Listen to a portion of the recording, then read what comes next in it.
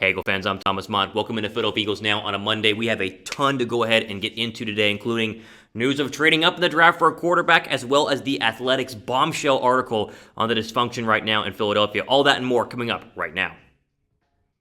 All right, Eagle fans, let's jump into the latest Eagles news and rumors, starting with, yes, trading up and drafting a quarterback. If that's not the news you want to hear on a Monday, I'm sorry, but we'll start there. It is, goodness gracious, it's interesting. So there's a report from ESPN. So ESPN's Jeremy Fowler went on the Sunday special this past Sunday and talked about Philadelphia and the fact that he is hearing rumors that Philadelphia is prepared to trade up for a quarterback if someone were to fall, as they apparently want to go ahead and create some competition or at least have a backup behind Jalen Hurts. And so the idea of just drafting somebody later on in the draft, someone like a Jamie Newman out of UGA, just a couple of, 5th or 6th round area, which I talked about just a couple of days ago, that's not what they're looking at. They're possibly trying to go ahead and trade up maybe for a quarterback if Justin Fields or someone like Trey Lance would go ahead and be available there early on, aka they got to fall a little bit because, of course, they're not going to be there at 12. Philadelphia had to move up to go ahead and grab them. So my question is, and we'll talk about this in a second, is Philadelphia really going to draft another quarterback? Are we really going to do this again, which we did last year? And at least last year was a second-round draft pick. They still got a need in the first round, Jalen Reagor. Could this year be just as bad, if not worse, and draft another quarterback? Goodness gracious, I hope not. Let's just show you what Jeremy Fowler said on SportsCenter on Sunday, quote, "If Trey Lance slides, if Justin Fields slides, and the Eagles have a high grade on them, they could make that move. People I've talked to think the Eagles could go quarterback somewhere in this draft just to either get insurance for Jalen Hurts or competition for Jalen Hurts," end quote. Oh boy, what do you even say? Okay, first off, this is easy. The Eagles cannot take a quarterback in the first round, period. They cannot take a quarterback in the first round. If Philadelphia takes a quarterback in the first round, then we're doomed. Philadelphia is just going to be the laughingstock of the National Football League because you don't need to get another quarterback to create more quarterback competition. Now, Fowler did say they're expecting to get a quarterback somewhere in this draft. I'm fine with getting a quarterback in the later rounds, even the third round, Kellen Mond, just because he's later on where you can still get needs like cornerback and wide receiver and linebacker, and then get your quarterback to be in competition or backing up Jalen Hurts, even though they already got Joe Flacco, so it doesn't make a lot of sense. So I wouldn't hate getting a quarterback in the later rounds, but I would absolutely be disgusted if they got a quarterback in the first round, especially if they traded up in the first round and wasted some of the draft capital they've acquired from Carson Wentz, from moving back that you're supposed to be using next year to go ahead and put a great team around Jalen Hurts in 2022. So they just can't, right? There's no way they can take a quarterback in the first round, and yet here we are again talking about Philadelphia potentially moving up to go ahead and grab one. Now, the only hope here for Eagle fans who don't want this to happen, I think most of you guys out there don't want this to happen, your only hope is that this is a smokescreen. This is clearly just them putting out a fake news in terms of just saying, hey, we want a quarterback, we're going to trade up for one. That way Washington at 19 or the Patriots at 15 or somebody else behind them, Chicago says, oh no, Philadelphia wants a quarterback, then we might need to go up to a Philadelphia spot and trade up in order to go ahead and make sure we get our guy and they don't take the quarterback that we want. So that's the only hope that there really is, that this is a smokescreen, but it's kind of a weird smokescreen because the Eagles already traded back. So you'd think if they want a quarterback, they'd stay at 6, but now they're going back to go ahead and move up. Does your brain hurt? Makes my brain hurt, and I really hope that in the end, Philadelphia does the right thing and just takes a corner at 12 or a wide receiver at 12 or a linebacker at 12, and we all can just kind of sit back and take a big sigh of just relief. But here we are again, less than 3 weeks away, and quarterback continues to be a conversation in Philadelphia, which is, oh goodness gracious, it's just ridiculous. Okay, let me ask you guys this. How mad would you be if the Eagles draft a quarterback in round 1? Not if the Eagles draft a quarterback at all, because they probably will at some point, but if the Eagles draft a quarterback in round 1, how mad will you be on a scale of 1 to 10? 1 being, not mad at all, Thomas. What are you talking about? I love the idea. 10 being where I'm at, this is ridiculous, this is stupid. If they do this, I will be so mad, and that's where I am at right now. But I want to know what you guys think down below. How mad would you be if the Eagles draft a quarterback in round 1 on a scale from 1 to 10? Okay, before we go ahead and get into the crazy athletic article, make sure you guys are subscribed because we keep you guys up to date on this stuff, right? You got to pay for other websites, other articles. We're free here at Philadelphia Eagles Now. We update you guys almost every single day here on the channel. So go ahead and subscribe down below as we approach 20,000 subscribers. Follow me on Twitter as well, at RealThomasMott, for the latest updates on there at the same time. Okay, so you probably have seen just today, because this really broke last night and then into today, the joint article that The Athletic put out, which was published by a lot of different writers, talking about the internal issues Philadelphia has had over the past couple of really seasons. And even though a lot of people don't read The Athletic just because, again, you got to pay, there's a paywall there, the stuff that I have read on it is way worse than we thought. I mean, the internal issues right now in Philadelphia, according to The Athletic and other multiple sources, Bo Wolf was in on this project, is staggering. It's crazy. It's essentially saying that all the different departments of the Philadelphia Eagles, the draft department, the scouting department, the analytics department, Howie Roseman, Jeffrey Lurie, it all is not working together. It's not just not working together as one big, well-oiled machine. It's not working, and there's animosity between the different groups and confusion between the different groups, and it all seems to center on Howie Roseman and Jeffrey Lurie. And it also gets into the criticizing of Doug Pederson and the firing of Doug Pederson, and talked about how not only did they ridiculed him and criticized him, but they treated him like a, quote, baby in the article. They treated Doug Pederson, Super Bowl winning head coach, like a baby. So it's a crazy article, which you should probably read on your own, but I have some clips from it right here that I want to go ahead and show you. Let's start with the first one. Quote, coaches wanted their evaluations taken into account or felt like certain players were forced upon them. Side note, maybe Jalen Hurts.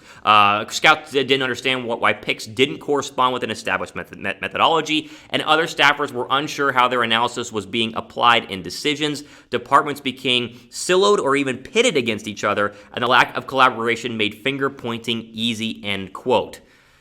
Oh, goodness gracious. Okay, let's go to the next one here. Eagles, let's go to the continued one. This is later on in the article. Quote, those close to Roseman believed he was sincere in his effort to improve his interpersonal skills in the wake of his expulsion. He talks often about carrying with him the lessons from that time, but over the course of the past few years, as the team's success waned, sources say some of Roseman's worst instincts have returned, end quote. Okay, a lot to get into. Let's just say this first off. Jeffrey Lurie is the one person you blame on this. A lot of people deserve blame. Howie Roseman deserves blame, but Jeffrey Lurie is the one person to truly blame here. That second Athletic article quote talking about Howie Roseman returning to his kind of old bad habits, essentially talking about when he was demoted when they hired Chip Kelly in 2015, and he essentially was on the staff but didn't really have an impact on any of the big relations or any of the big decisions, I should say. And so apparently, originally when he came back as GM, he took the lessons he learned from the demotion and tried to apply them to Philadelphia, and they had brief success. They won a Super Bowl in 2017, but apparently as the success has gone down post-2017, his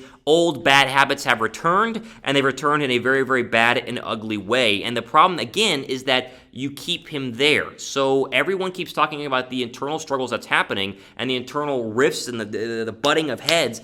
At the heart of it, it's Howie Roseman, but at the heart of Howie Roseman keeping his job is Jeffrey Lurie allowing him to keep his job. And apparently the reports we've talked about a lot is that Jeffrey Lurie and Howie Roseman are very, very close. And so when Howie has a problem, he goes to Jeffrey, and Jeffrey sides with Howie Roseman 99% of the time. You read an article like this, that seems to be what is going on. And the issue is now you have people who see Howie Roseman struggling and see Howie Roseman making bad decisions, but they can't call him out on it because the owner and the guy who really pays all of your paychecks is still on Howie Roseman's side. It's led to Doug Pederson being fired, but I would assume, based on the article and what we're reading here, that Doug Pederson was more than happy to leave Philadelphia because he's a Super Bowl winning head coach who is being treated like a child at some times and not being listened to at all. And I don't care how important the GM or owner are in a team, it starts with the head coach, and the decisions need to start with the head coach because he's the head coach who gets the blunt of the anger whenever they lose and the blunt of the success whenever they win. So it's a mess. It's ugly. You gotta read the whole article to really get a full read up on this. But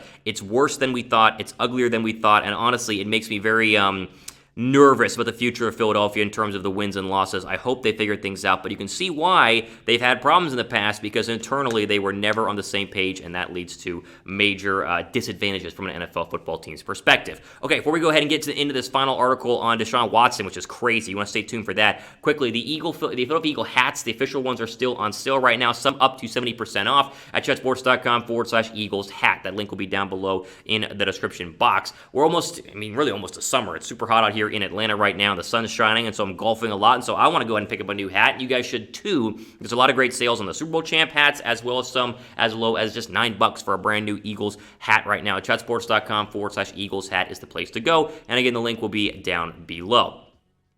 Okay, let's jump into another story here regarding the Philadelphia Eagles and the quarterback position, and this is a weird one. This one broke over the weekend, and I couldn't believe it was true, but it was by Pro Football Talk, and whether you like Florio or not, he is very much connected with the NFL, and he talks about how one team that is still keeping an eye on Deshaun Watson, despite all the things that are going on with Deshaun Watson, I'm sure you guys know about this, is Philadelphia. The Eagles are still looking at and thinking about Deshaun Watson, which is crazy to think about based on the fact that right now, as of this video on a Monday, he's facing 22 lawsuits alleging sexual assault or inappropriate conduct, and that doesn't seem to be going away anytime soon, which makes you just sit back and go, why would the Eagles still even be interested in this guy? Because he has a long legal battle ahead of him and possible NFL suspension. Like, there's a lot going on off the football field. Why is Philadelphia still trying to figure out the quarterback spot? I mean, drafting a quarterback, trading for Deshaun Watson, just settle in on Jalen Hurts and build around him. You drafted him for a reason. I don't get this. So let's go to Pro Football Talks Mike Florio's comment on this, which is very revealing. Quote, what just has to happen before Deshaun Watson could be traded,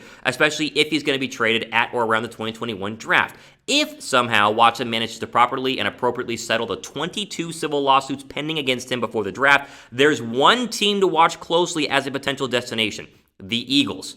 As one source explains it, the Eagles are sufficiently determined to upgrade the team that they would pursue Watson if the window opens for doing so.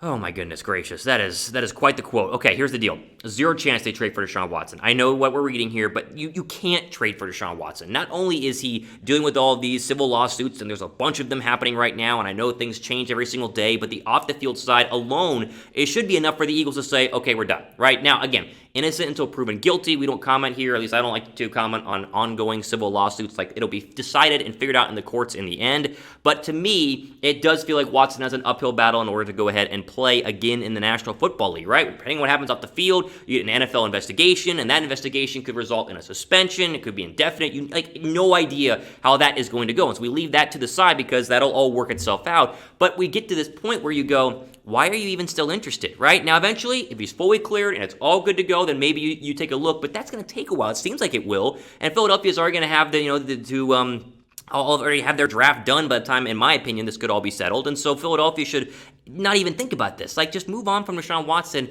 And this ties everything together by saying, just go with Jalen Hurts, right? Jalen Hurts was drafted in the second round. The second round, for a reason. He is now your starting quarterback for a reason. Can we not just be confident in him and feel good about him? But I guess not in Philadelphia, because constantly the Eagles want to go ahead and swap quarterbacks and talk about other quarterbacks. And I wonder how Jalen Hurts feels about this. You're the starting quarterback. We traded Carson Wentz, but we're looking at drafting a quarterback and or trading for Deshaun Watson. Like, it's just getting ridiculous. It's getting very, very old. So I'm out on that. But again, this is an ongoing legal thing that they will figure out, hopefully, sooner rather than later, but we can't really know what's going to happen in the end, and so why even worry about trading for Deshaun Watson right now when you should be focused on building a team around Jalen Hurts that is best fit to win now in 2021 and going forward here in the future. Let me ask you guys this. Will Deshaun Watson play in the NFL again? Like, how do you feel about that? Like, do you think he will? Do you think he won't? Again, no idea, right? It's all going to work itself out. We'll let it work itself out. I just have a hard time believing that he might be able to be back on the football field anytime soon. If you think he'll play again in the NFL, type Y down below for yes. If you think he won't, type N down below for no.